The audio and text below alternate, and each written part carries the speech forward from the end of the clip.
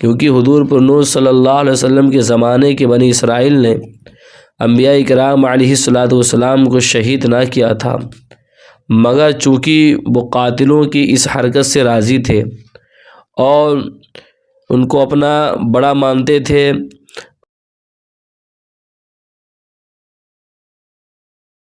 الحمدللہ رب العالمین والصلاة والسلام علی اشرف الانبیاء والمرسلین، اما بعد، ان اللہ وملائکتہ یصلون علی النبی یا ایھا الذین آمنوا صلوا علیہ وسلموا تسلیما، اللہ رب محمد صلی اللہ علیہ وسلم نحن بعد محمد صلی اللہ علیہ وسلم صلی اللہ تعالی علیہ وسلم۔ تو آج کا درس تفسیر القرآن سورہ بقرہ آیت نمبر 91 اور 92 میں آج آپ سب کی خدمت میں پیش کروں گا، اور ساتھ میں اس کا ترجمہ اور اس کی تفسیر آپ سب کی خدمت میں پیش کروں گا۔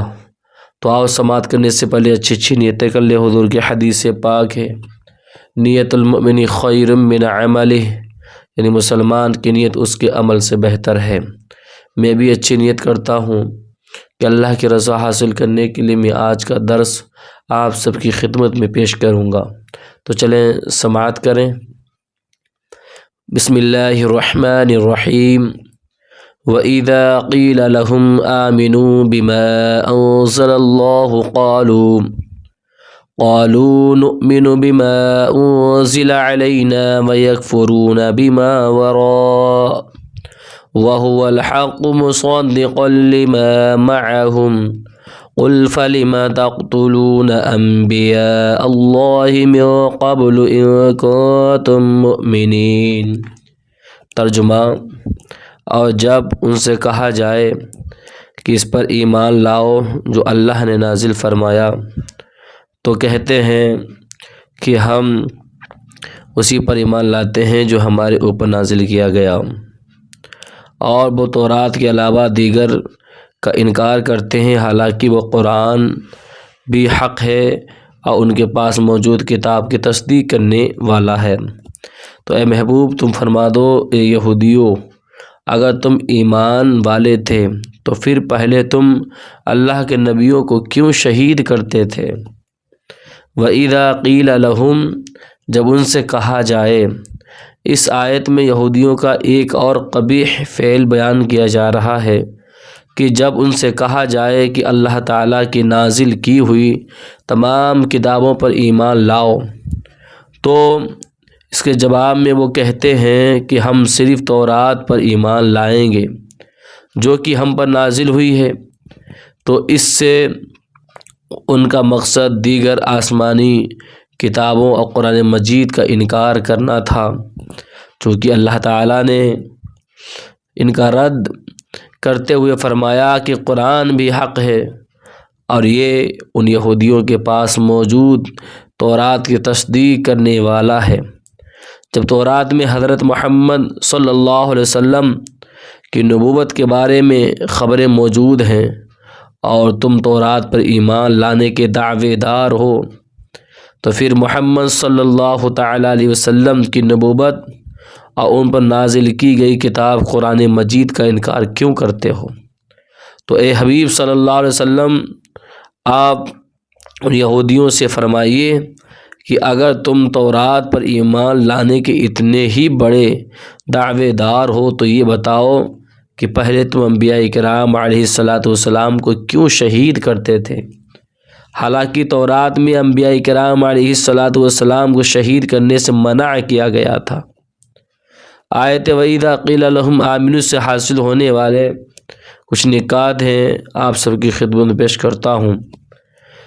نمبر 1، اس آیت سے معلوم ہوا کہ تمام آسمانی کتابوں پر اور حضور صلی اللہ علیہ وسلم کے فرمانوں پر ایمان لانا ضروری ہے، اور ان میں سے ایک کا بھی انکار کفر ہے۔ یوں ہی تمام انبیاء کرام علیہ السلام پر ایمان لانا ضروری ہے، اور ان میں سے ایک کا بھی انکار کرنا کفر ہے۔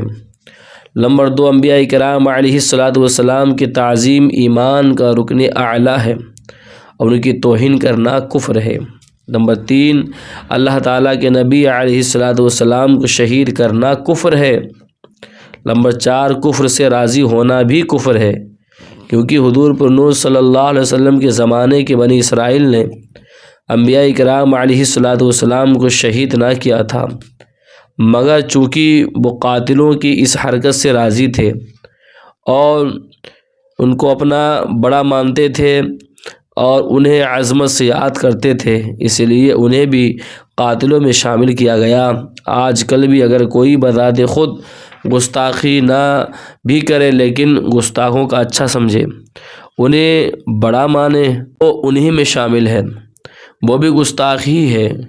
حضرت انس رضی اللہ تعالیٰ عنہ سے روایت ہے کہ حضور پر نور صلی اللہ علیہ وسلم نے ارشاد فرمایا، جب زمین میں گناہ کیا جائے تو جو وہاں موجود ہے مگر اسے برا جانتا ہے، وہ کس کی مثل؟ اس کی مثل ہے جو وہاں نہیں ہے، جو وہاں نہیں ہے مگر اس پر راضی ہے، وہ اس کی مثل ہے جو وہاں حاضر ہے۔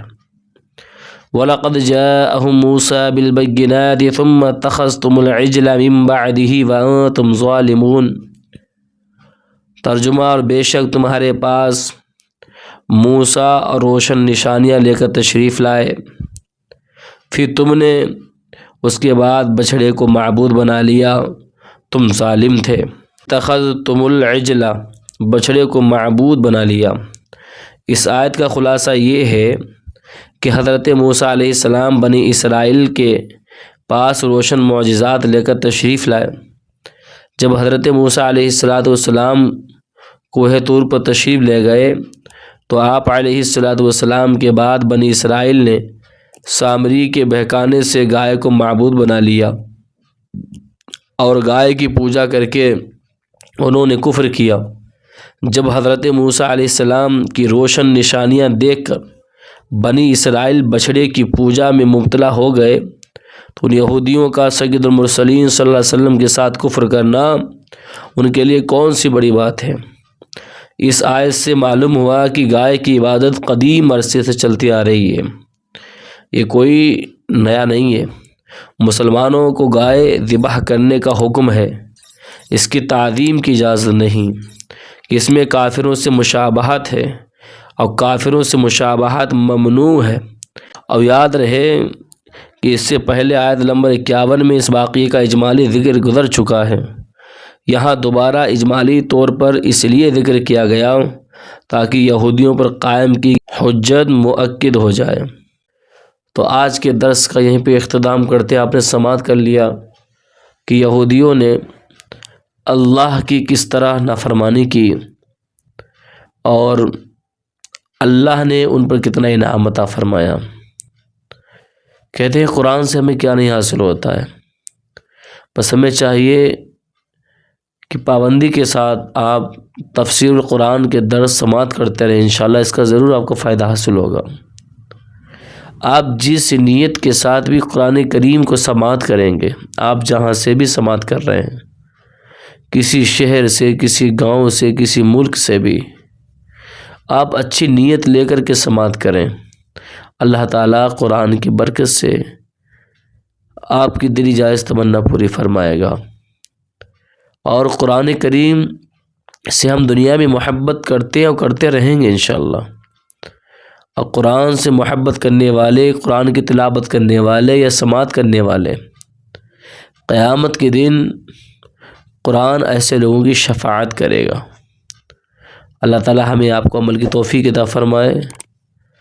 جن حضرات نے ابھی تک ہمارے YouTube channel Barkati Online Academy کو سبسکرائب نہیں کیا، وہ سبسکرائب کر دیں، مجھے دعا میں یاد رکھیں۔ السلام علیکم ورحمۃ اللہ وبرکاتہ۔